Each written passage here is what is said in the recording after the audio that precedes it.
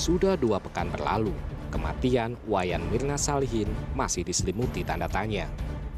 Perempuan berusia 28 tahun itu meninggal dunia Jumat 8 Januari silam usai minum kopi di Cafe Olivier Grand Indonesia, Jakarta Pusat.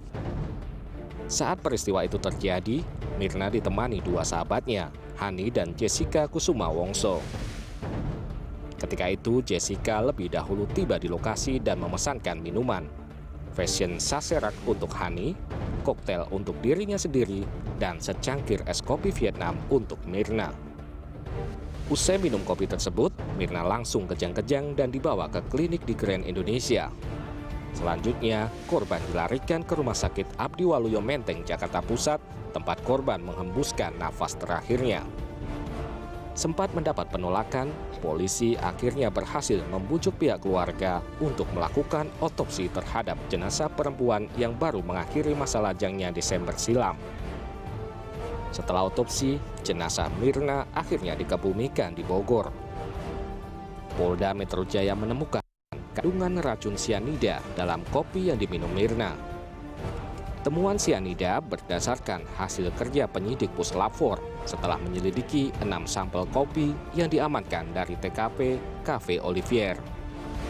Kepala DVI Mabes Polri, Kombes Pol Anton Castellani merincikan ada sianida dalam bentuk NaCN dengan kadar 15 mg tiap cc. Jika secangkir kopi yang diminum Mirna berjumlah sekitar 250 cc, maka ada 3.750 mg sianida di dalamnya. Dengan dosis 3 gram itu, secangkir kopi yang diminum Mirna mampu menewaskan 20 hingga 25 orang. Padahal sianida dapat mengakibatkan kematian hanya dengan dosis 150 sampai 200 mg saja. Adanya sianida sekaligus mengundang sejumlah pertanyaan.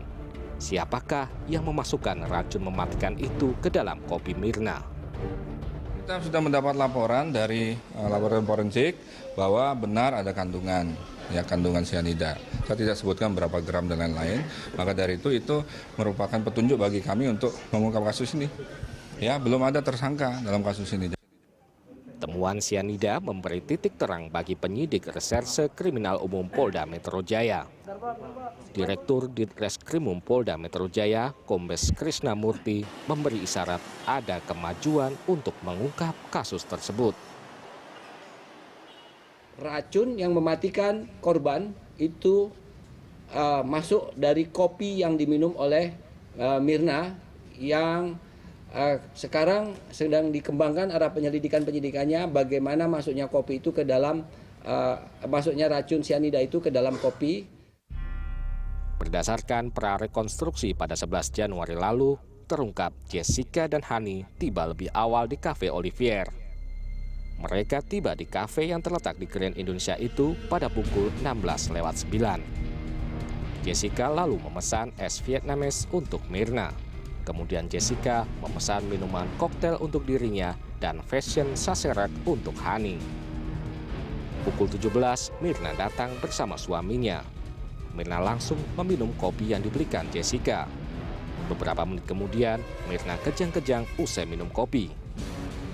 Korban dibawa ke klinik dan kemudian dirujuk ke Rumah Sakit Abdi Waluyo Menteng, Jakarta Pusat. Mirna meninggal setelah mendapat perawatan di rumah sakit. Dari otopsi, tim Puslapfor Mabes Polri memastikan ada sianida di tubuh Mirna. Pada 19 Januari, Direktorat Reserse Kriminal Umum Polda Metro Jaya kembali memanggil Jessica sebagai saksi.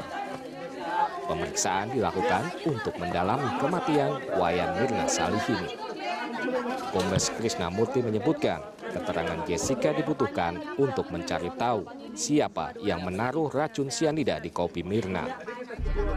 Keterangan Jessica juga sangat penting didengar penyidik karena Jessica lah yang memesan dan membayar minuman di Cafe Olivier. Selain itu, Jessica juga menginisiasi pertemuan dengan Mirna dan saksi lainnya yaitu Hani. Bak berlomba dengan waktu, di hari yang sama, Polda Metro Jaya langsung melakukan reka ulang di Cafe Olivier. Prarekonstruksi kematian Mirna Salihin ini fokus pada proses peracikan kopi dan mencari sejumlah petunjuk untuk mengungkap kasus. Polisi menghadirkan 4 orang saksi yang berada di TKP saat tewasnya Mirna. Mereka adalah karyawan dan manajer Cafe Olivier, serta orang yang melihat dan mengetahui kondisi terakhir Mirna sebelum dilarikan ke rumah sakit. Pada kesempatan itu, polisi merekonstruksi peristiwa termasuk cara peracikan kopi. Polisi memesan 4 kopi dalam beberapa skenario, mulai dari kopi yang dibiarkan 51 menit tanpa diaduk, kemudian kopi diaduk selama 51 menit, lalu kopi yang ada racun namun dibiarkan 51 menit tanpa diaduk, serta secangkir kopi mengandung racun yang diaduk selama 51 menit. Setelah gelar perkara, tim penyidik bakal melanjutkan dengan rekonstruksi adegan di Cafe Olivier. Namun waktunya masih belum dipastikan. Polda Metro Jaya Rabu malam 20 Januari lagi-lagi memeriksa Jessica. Sekali lagi dengan status sebagai saksi. Jessica mengaku hanya dimintai keterangannya untuk penyempurnaan BAP. Tidak ada pertanyaan baru dari para penyidik. Pertanyaan masih seputar kronologi kematian Wayan Mirna usai meneguk kopi Vietnam di Cafe Olivier.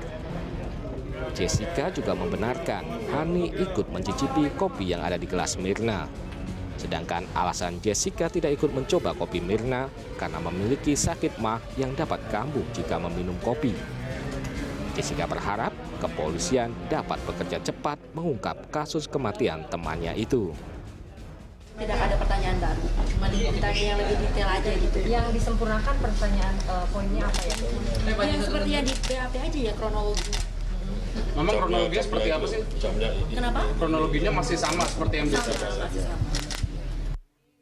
Misteri kematian Mirna menimbulkan sejumlah spekulasi. Satu di antaranya soal kemungkinan motif cinta segitiga yang melibatkan Mirna, Arif suaminya, dan Jessica. Tapi spekulasi itu dibantah pengacara Jessica, Yudi Wibowo Sukinto. Menurut Yudi, Jessica memiliki pacar seorang pria bule. Yudi menambahkan, saat di Australia, Mirna dan Jessica memang berteman, namun tidak tinggal serumah. Yudi pun menyanggah bahwa Jessica telah menaruh racun sianida ke dalam kopi Mirna. Menurut Yudi, jika benar kopi itu mengandung racun sianida, maka Hani pun meninggal karena ikut mencicipi. Yudi menduga ada kemungkinan puslapor salah mengidentifikasi lantaran otopsi mayat Mirna baru dilakukan 3 hari setelah Mirna dinyatakan tewas. Mari kita diskusikan, ahlinya jangan satu saja, ahlinya harus banyak. Kalau logika aja kita orang awam, 2 orang ini minum kopi yang sama, ini minum, ini mati, ini tidak, ini tewas, ini tidak tewas. Sianida terbukti sudah ditemukan dan sejumlah saksi beberapa kali menjalani pemeriksaan. Namun polisi belum juga menemukan siapa tersangka dalam kasus kematian Mirna. Menurut Kabid Humas Polda Metro Jaya, Kombes Pol Muhammad Iqbal, hal ini terjadi karena polisi belum menemukan 2 alat bukti yang cukup. Muhammad Iqbal menegaskan, bila penyidik telah menemukan sekurangnya 2 alat bukti yang cukup, pihaknya akan segera melakukan gelar perkara. Strategi penyidikan, nanti kalau meriksa lain J, ya kan penyidik memeriksa selain J, itu juga strategi penyidikan. Tidak hanya teman-teman Mirna, penyidik Subdit Jatanras Ditreskrimum Polda Metro Jaya juga melacak kasus ini dengan memeriksa suami, orang tua, dan keluarga Wayan Mirna Salihin. Suami Mirna, Arif, datang ke Polda Metro Jaya bersama mertuanya, Dermawan Salihin, dan saudara kembar Mirna, Sandy Salihin. Seusai diperiksa penyidik Direktorat Reserse Kriminal Umum Polda Metro Jaya, Arif tidak mau berkomentar banyak. Sementara Dermawan Salihin sangat berharap polisi dapat membongkar misteri kematian anaknya. Dia dan anggota keluarganya siap memberikan semua informasi yang diperlukan. Arif dan Dermawan memberikan keterangan selama 5 jam. Jadi intinya gini, kasus ini harus dibongkar karena Kalau tidak dibongkar bisa dibayangkan nanti banyak yang mati kena sianid, nggak ada apa-apa dipikir, nggak ada hukumnya, betul kan? Semacam itulah. Ya kita doa aja insya Allah ini cepat terbuka. Ditemukannya racun sianida dalam kopi yang diminum Wayan Mirna Salihin mengundang pertanyaan. Dari mana pelaku mendapatkan racun mematikan itu? Bukan spekulasi, sianida tidak dijual bebas. Sianida hanya dijual bagi mereka yang punya izin dari polisi atau dalam bentuk drum seberat 50 kg. Polisi menduga pemberi sianida untuk Mirna memiliki profesi khusus. Sang pemberi adalah orang yang tidak asing dengan racun mematikan itu, atau sang pemberi memang punya akses untuk mendapatkan senyawa mematikan itu. Sulitnya memperoleh sianida dibenarkan Direktur Pengawasan Produk Berbahaya BPOM, Mustafa. Di Indonesia, menurut Mustafa, sianida tidak dijual bebas. Importir hingga penjualan dan perusahaan pengguna semua harus terdaftar dan mengantongi izin. Karenanya, Mustafa mensinyalir ada sianida yang dipakai membunuh Mirna diperoleh melalui jalur gelap atau orang-orang yang memang dekat dengan sumber sianida. Dari situ langsung ke pengguna akhir. Pengguna akhir inilah sebetulnya yang boleh menggunakan. Nah, di jalur-jalur seperti ini, ya kita tidak tertutup kemungkinan memang ada kebocoran. Nah, kebocoran inilah sebetulnya mungkin ya masuk ke dalam tanda kutip pasar gelap. Adanya unsur sianida membuat spekulasi berkembang bahwa Mirna sengaja dibunuh. Kriminolog UI Profesor Adrianus Meliala menilai kasus Mirna dilakukan oleh orang yang punya intelijensia tinggi karena mampu menciptakan alibi. Tapi tidak tertutup kemungkinan lain. Kasus ini dilakukan seseorang yang masih amatir. Sebab dosis sianida di kopi Mirna sangat tinggi. Padahal untuk membunuh tidak perlu memakai sianida hingga 3 gram. Ada dua kemungkinan. Pertama, dia memang punya intelijensi yang luar biasa tinggi untuk menyembunyikan semua alibi, semua motif dan juga kemungkinan cues yang ada pada dirinya sehingga kemudian tidak diketahui oleh polisi. Atau yang kedua, dia memang luar biasa amatir nih. Tadi kita bicara mengenai bahwa sebetulnya dengan 15 mg itu sudah mampu membunuh sekian orang. Sebenarnya hanya dengan satu titik saja sebenarnya sudah bisa membunuh. Tapi toh dia buang saja begitu banyak. Dan bereaksi langsung cepat. Ya, mengindikasikan bahwa dia memang tidak paham dengan apa itu sianida. Pada Jumat kemarin, tim Reskrimum Polda Metro Jaya mengamankan pembantu rumah tangga Jessica berinisial SR. Menurut polisi, SR bisa menjadi saksi kunci dalam kasus ini. Sehingga untuk memudahkan proses penyelidikan, SR diamankan. Direktur Kriminal Umum Polda Metro Jaya, Kombes Pol Krisnamurti menjelaskan, SR diamankan di suatu tempat agar memudahkan kehadirannya. SR merupakan pembantu rumah tangga Jessica yang diminta membuang celana yang dipakai Jessica saat bertemu Mirna di Cafe Olivier. Menurut pengacara Jessica, celana itu dibuang karena robek dan sudah tidak layak pakai. Polisi mencurigai Jessica menyembunyikan sesuatu dengan dibuangnya barang bukti itu. Alasannya biar dia nggak jauh-jauh aja, nanti sulit nyarinya kalau dibutuhkan. Kalau dia pulang ke kampungnya kan sulit. Pekerjaannya bagaimana? Polisi hingga kini masih bekerja keras untuk mengungkap siapa yang meracuni Mirna.